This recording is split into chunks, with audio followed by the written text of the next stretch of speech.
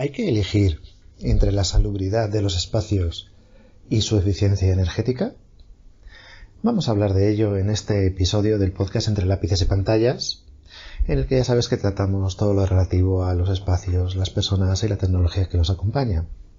Este episodio vuelve a estar patrocinado por la web de EASaedro, en la que también se tratan todos estos temas. Bien, ¿por qué decimos que en muchas ocasiones hay una contradicción entre la salubridad y la eficiencia energética de los espacios arquitectónicos? Bueno, pues porque hay una contradicción básica, y es que la salubridad se basa en muchos casos en el intercambio de aire, mientras que la eficiencia energética se basa en muchos casos en evitar ese intercambio de aire. Si pensamos en que un local sea energéticamente eficiente, estamos pensando en dos cuestiones básicas. Una de ellas es que se logren unas condiciones ambientales lo más rápidamente posible con la menor energía invertida posible. En algunos casos, esto se puede lograr mediante energías naturales, en otros casos es necesario recurrir a máquinas. Y siempre se va a buscar que estas máquinas tengan esa proporción entre los resultados obtenidos y la energía invertida con el mayor ratio posible. La segunda parte de todo esto es que una vez que se logran esos resultados ambientales, se mantengan durante el mayor tiempo posible. Y para ello se tiende a aislar esos espacios, esos ambientes, para que sus condiciones se mantengan inalteradas durante la mayor cantidad de tiempo que se pueda. De ahí la importancia, cuando se habla de eficiencia energética, del aislamiento de los locales y de los espacios, incluso dentro de los locales. Claro, el aislamiento en general se suele entender como un aislamiento térmico, pero el aislamiento térmico también suele ir acompañado de ese aislamiento del aire. ¿Por qué? Bueno, todos tenemos esta imagen en la cabeza de que si estamos en invierno y en nuestra casa encendemos la calefacción, si abres las ventanas, entra el aire frío de la calle y el aire caliente que tienes en tu casa se va por la ventana. Luego entonces toda la energía que se ha invertido a través de tu sistema de calefacción en calentar el aire interior de tu vivienda, pues no ha servido de mucho, porque al final vuelves a tener que calentar ese aire ya que se ha intercambiado con el exterior que estaba frío. Lo mismo ocurre en verano, al contrario. Cuando tienes máquinas de refrigeración dentro de un espacio, consigues bajar la temperatura. Si abres las ventanas o las puertas, el aire exterior, que tiene una temperatura más alta, se intercambia con el del interior y lo calienta, teniendo entonces las máquinas de refrigeración que volver a actuar otra vez para volver a rebajar la temperatura. Pero en este mismo ejemplo ya has visto dónde está la contradicción. ¿Qué ocurre si para mantener la temperatura de tu vivienda o de tu local no abres las ventanas? Pues que no existe renovación de aire. ¿Qué ocurre con la salubridad de tu vivienda o de tu local si no hay renovaciones de aire? Pues que disminuye notablemente. Por eso existe esta contradicción. Esta contradicción es tan importante que ha llegado a tener unos grandes conflictos incluso a niveles normativos, donde se han tenido que derogar y posponer algunas normas en cualquiera de los dos sentidos, sea de eficiencia o sea de salubridad, porque entraban en contradicción. Un ejemplo claro fue la discusión que se estableció en las viviendas donde había cocinas de gas, o calentadores de gas o calderas de gas, donde por la normativa del propio gas, esos espacios tenían que tener rejillas al exterior por si había un escape de gas, para que no se concentrara dentro de ese espacio. Y sin embargo, en el tema de punto de vista de la eficiencia energética, abrir rejillas al exterior pues implica que hay un intercambio de aire constante y que se está perdiendo energía constantemente. Claro, piénsalo, si hay un escape de gas en tu vivienda y se va a concentrar el gas en ese espacio, hay muchos riesgos tanto de ser respirados como de que pueda prenderse. Y sin embargo, el tener esas rejillas ahí sirven de aliviadero para tener una mayor seguridad. pero al mismo tiempo es una entrada de aire frío en invierno y de aire caliente en verano. Al final hubo que elegir y la normativa tuvo que decantarse. Bien, en cualquier caso, sea normativo o sea simplemente un concepto, simplemente entre comillas, te ocurre lo mismo en cada uno de los espacios que haces. Tanto las normas como las publicaciones se suelen mover por modas, en este caso, del tema que más se hable o del que tenga más publicidad. Hace unos cuantos años, la salubridad quedó completamente relegada en favor de la eficiencia energética y los edificios eran completamente herméticos porque pensar que se pudiera abrir una ventana al exterior, sobre todo en lugares corporativos, en edificios de oficinas, pensar que se pudieran abrir ventanas al exterior y perder esa energía que se había empleado en refrigerar el edificio o en calentar el aire interior, era algo que todo el mundo se llevaba las manos a la cabeza porque, caramba, era desperdiciar energía y era terrible.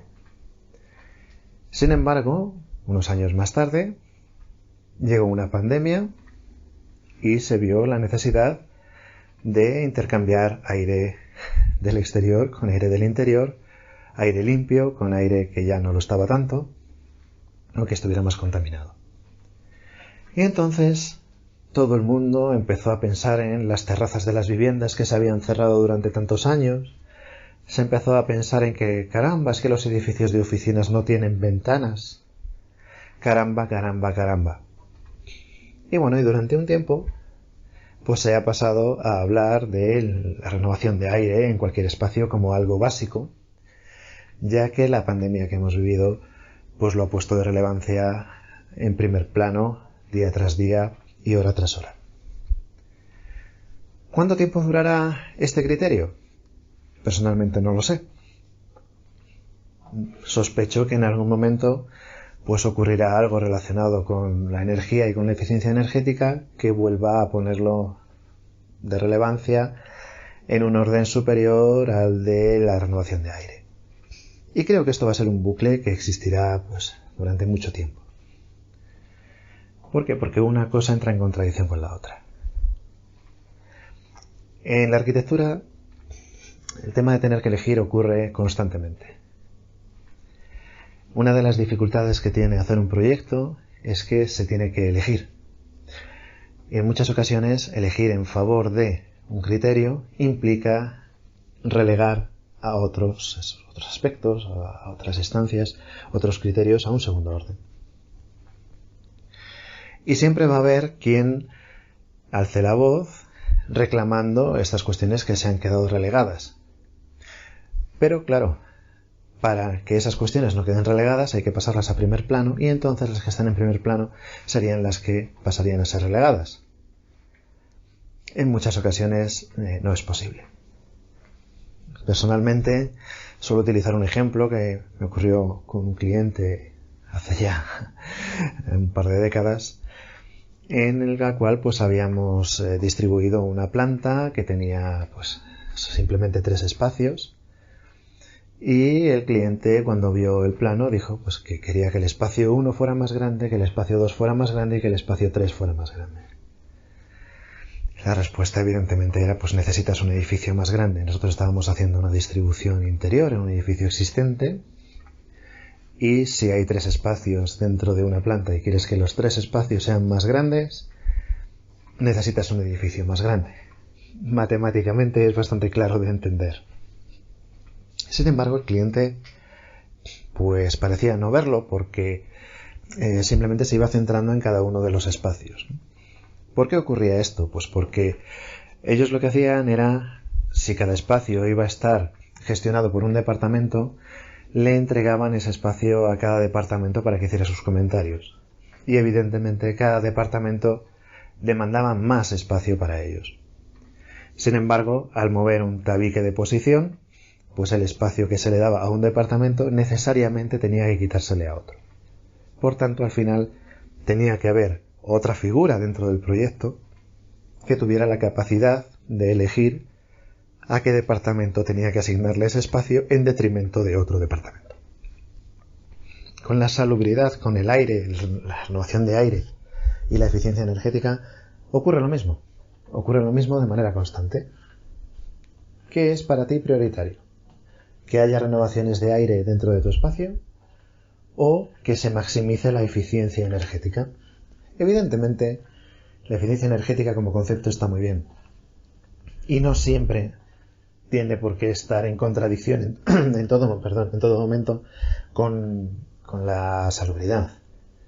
En una vivienda puede haber momentos a lo largo del día en que abras las ventanas para que se ventile la casa, pero luego cuando cierres tus ventanas, cuanto mejores sean, cuanto mejor aislamiento tengas, mejor para ti y mejor para todos, porque volver a las condiciones de temperatura y de humedad que tenías antes de abrir las ventanas será más rápido, se mantendrán más en el tiempo y el consumo energético será siempre más reducido que si tienes unas ventanas o una fachada que tenga pérdidas por todas partes, puentes térmicos, un mal aislamiento, o si las máquinas que tienes para lograr esa temperatura pues tienen un rendimiento muy bajo y tienes que consumir mucha energía. Pero lo que tenemos que tener claro es que llegar al punto óptimo en cualquiera de los dos aspectos implica que el otro aspecto va a quedar seriamente dañado. Incluso si pensamos en instalaciones mecánicas que intentan aunar las dos cosas, siempre por pura física, el intercambio de aire provoca unas pérdidas energéticas. Siempre. Hay instalaciones mecánicas que reutilizan parte del calor extraído, parte del frío extraído, parte de la energía extraída, meten aire primario del exterior dentro del circuito de refrigeración pretratado para reducir la cantidad de energía necesaria para volver a llegar a la temperatura que se tenía. Y todo esto, evidentemente, es estupendo porque se reduce la cantidad de energía necesaria, se amplía ese ratio de logros contra necesidad de energía invertida. Pero evidentemente existe esa pérdida. Se busca minimizarla, pero existe esa pérdida energética, porque sin esa pérdida energética no habría intercambio de aire. El propio hecho de intercambiar aire a distintas temperaturas implica que ahí va a haber que emplear energía para volver a restablecer la temperatura. Sea en un sitio, sea en otro, sea de manera más natural, más mecanizada, sea más eficiente o menos eficiente, pero siempre va a ocurrir. Por tanto, simplemente de lo que se trata en este episodio es de tener esa conciencia de que hay que elegir. Y que en muchas ocasiones, pues cuando se te critica que tu local, que tu vivienda o que tu instalación podría ser más eficiente energéticamente si no se abrieran las ventanas o si tu edificio fuera más hermético, también se te podrá criticar, si accedes a ello, que la salubridad de las personas que están dentro puede verse demasiado comprometida, como ha ocurrido durante muchos años. Lo que ocurre es que, lo que decíamos antes, no se le prestaba la atención que se le está prestando últimamente a la necesidad de que el aire interior de los lugares de trabajo, especialmente de los lugares de trabajo, se renueve. Las personas que están dentro respirando están contaminando el aire y o se renueva o ese aire cada vez está más contaminado, por muy bien que esté de temperatura y por muy bien que esté en condiciones higrométricas. Si tienes algún comentario, oye, estaremos encantados de recibirlo. Seguimos hablando, esperamos escucharte, esperamos leerte en nuestras páginas y hablar contigo en el próximo episodio.